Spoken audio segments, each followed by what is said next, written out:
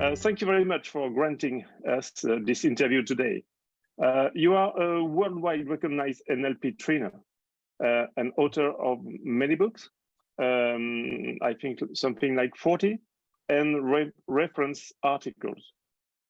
And on top of that, you are the developer of neuro-sémantics and the meta-state model. Could you please introduce yourself to the French-speaking audience listening to us today? Okay. Well, I learned NLP in 1986 and was just fascinated by it. As a psychotherapist, it filled in all the details of what I was doing in cognitive psychotherapy. And I just felt a real passion for learning it and applying it. And so I did my original trainings in California with Richard Bandler and a whole staff of people that Tad James and Wyatt Woodsmull. And so that launched me into going through master prac trainer. And then some of the trainers challenged us to do some modeling. That was 1989. And I chose resilience to model. And that led to developing the meta-states model in 1994. To define the context we live today, we saw the acronym VUCA appear for volatility, for uncertainty, for complexity and ambiguity. Could you enlighten us on the meaning of this acronym, how to understand it, and how to respond to it? Well, it's really a description of the times we live in. Things are uncertain. Who knows what's going to happen with the economy? Who knows what's going to happen politically? Who knows what's going to happen in this war in Ukraine and what Russia's doing or China's doing? We live in a volatile world, and it's pretty unpredictable, pretty uncertain. And it's also complex, so that one thing influences another thing, influences another. And it leaves all of us wanting to have a little bit more stability, confidence in what we're doing as we think about how to forge ourselves into the future and live with hope and optimism. And given that life can turn things upside down so quickly for any one of us.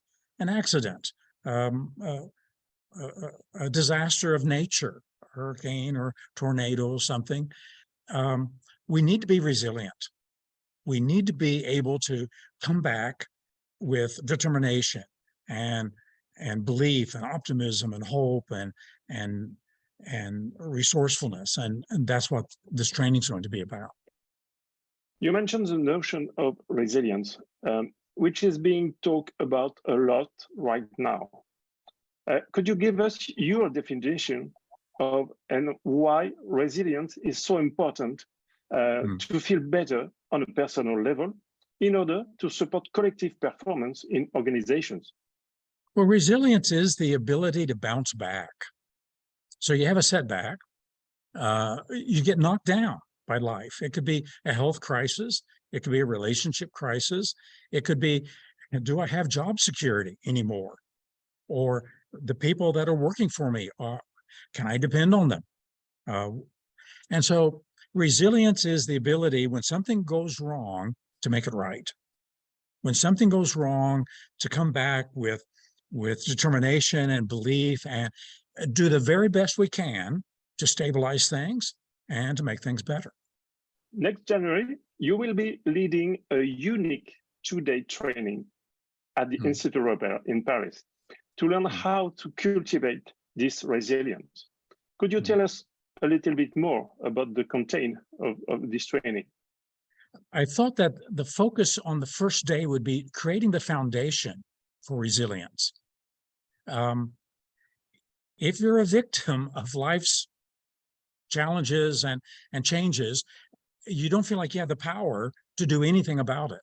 So we'll start with accessing our personal power, our resources inside, so that we can do that. if we take ourself and put it on the line and question our value, our worth, and do self-questioning, self-doubting, that's not going to help. So we're going to focus on valuing the self and developing that ego strength to be able to face life for what it is. Whenever we have a setback, there's going to be a lot of emotion. So we're going to spend time talking about how to embrace the emotion and utilize that energy for being more effective and productive. We're also going to look at a very NLP thing, and that is the frames of mind that we use about the setback. If we interpret it wrong, it's going to wipe us out, and we're not going to be effective. We're going to be depressed or have a lot of anxiety and distress. But if we interpret it right, then we can know how to handle that setback and put it in its right place so that it doesn't enter into the inner place, and we keep it out there, and it becomes a problem to solve. So that'll be day one, creating the foundation for resilience. And then day two is going to be inside out resilience. And I think of it as the day in which we don't just get by, we don't just survive, but we thrive. And how to have fun and enjoyment and pleasure, even when life is tough. There's no need to throw away our humor, our cheer, our playfulness, just because things aren't going exactly right for us. And so how to inspire the heart and how to keep hope alive will be the theme of day two. Did you ever came in France for a training session before? Yes, and I've been at Repère. It was many, many years ago, maybe 1999 or 2000. I mean, a long time ago.